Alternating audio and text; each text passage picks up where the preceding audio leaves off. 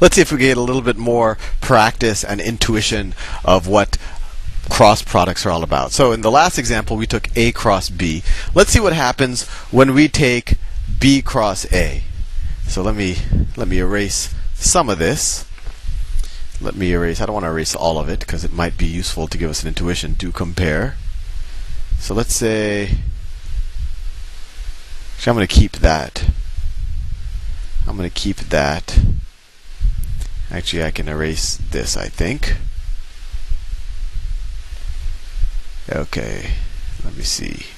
Okay, so the things I have drawn here, this was A cross B. Let me cordon it off so that you don't get confused.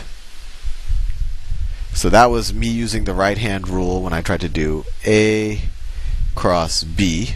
And then we saw that the magnitude of this was 25, and N, the direction, pointed downwards, or when I drew it here, it would point into the page. So let's see what happens with B cross A. So I'm just switching the order. B cross A. Well, the magnitude is going to be the same thing, right? Because I'm still going to take the magnitude of B times the magnitude of A times the sine of the angle between them, which was, well, it was pi over 6 radians, and then times some unit vector n. But this is going to be the same. When I multiply scalar quantities, it doesn't matter what order I multiply them in, right? So this is still going to be 25, whatever my units might have been, times some vector n. And we still know that that vector n has to be perpendicular to both A and B.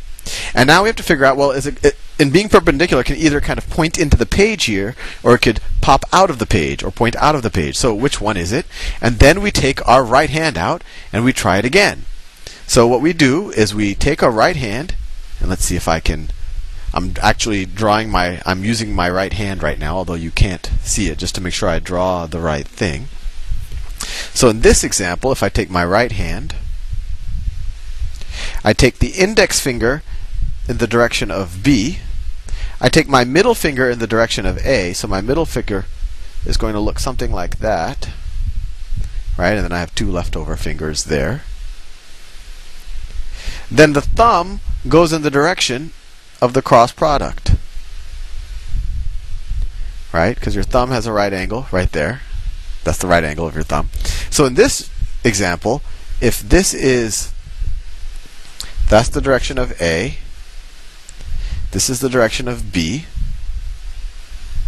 and we're doing B cross A. That's why B gets your index finger. The index finger gets the first term, your middle finger gets the second term, and the thumb gets the direction of the cross product. So in this example, the direction of the cross product is upwards. Or in this, when we're drawing it in 2 dimensions right here, the cross product would actually pop out of the page for B cross A. So I'll draw it over. It would be the circle with the dot. Or if I were to draw it analogous to this, so this is this right here. That was A cross B.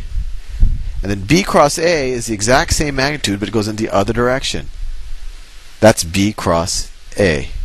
It just flips the opposite direction. And that's why you have to use your right hand, because you might know that, oh, something's going to pop in or out of the page, etc., but you need to know your right hand to know whether it goes in or out of the page.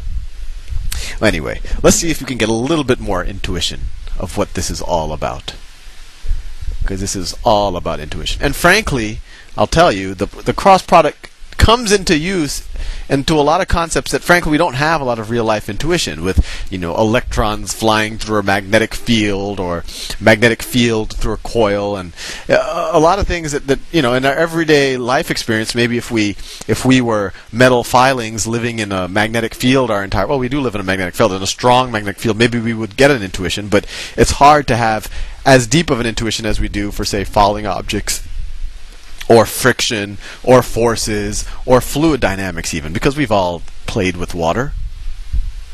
But anyway, let's get a little bit more intuition. And let's think about, why is there that sine of theta? Why not just multiply the magnitudes times each other and use the right-hand rule and figure out a direction? What is that sine of theta all about? And I think I need to clear this up a little bit, just so you can be, this could be useful.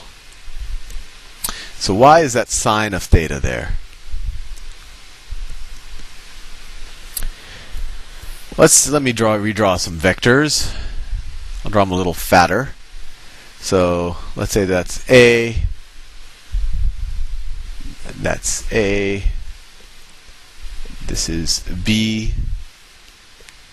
B doesn't always have to be longer than A. I just keep. So this is A, and this is B. Now we could think of a little bit. We could say, well, this is the same thing as A sine theta times B, or we could say this is B sine theta times A. Hope I'm not confused. All I'm saying is you could interpret this as, this could also be written as, because these are just magnitudes, right? So it doesn't matter what order you multiply them in. You could say this is A sine theta times the magnitude of B, all of that in the direction of the normal vector, or you could put the sine theta the other way. But let's think about what this would mean. A sine theta, if this is theta. What is A sine theta? Sine is opposite over hypotenuse, right? So opposite over hypotenuse. So this would be the vector, the magnitude of A. If I were to drop, let me draw something. Let me draw a line here. Let me make it a real line. Let me draw a line there. So I have a right angle. I have a right angle right there. So what's A sine theta? And this is the opposite side. So A sine theta is A, and with sine of theta is opposite over hypotenuse. The hypotenuse is the magnitude of A, right? So sine of theta is equal to this side, which I call O for opposite, opposite, over the magnitude of A. So it's opposite over the magnitude of A.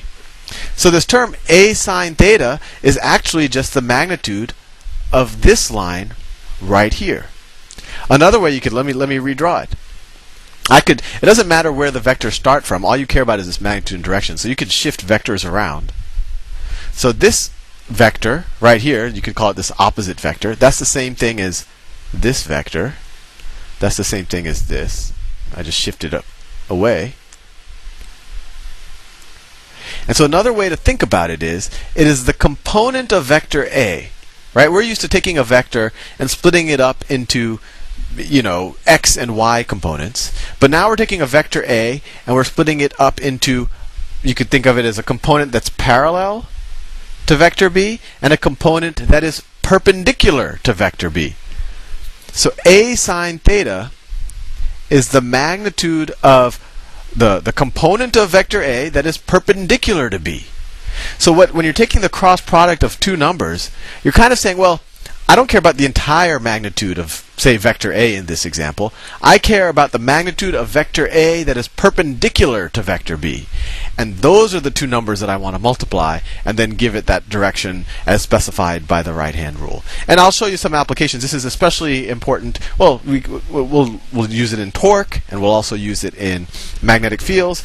But it's important in both of those applications to figure out the components of the vector that are perpendicular to either a force or a radius in question. So that's why this cross product has the sine theta, because we're taking, so in this, if you view it as magnitude of A sine theta times B, this is kind of saying this is the magnitude of the component of A perpendicular to B, or you can interpret it the other way. You can interpret it as A times B sine theta. Right, I've put a parentheses here. And then you could view it the other way. You could say, well, B sine theta is the component of B that is perpendicular to A. Let me draw that just to hit the point home. So that's my A. That's my B.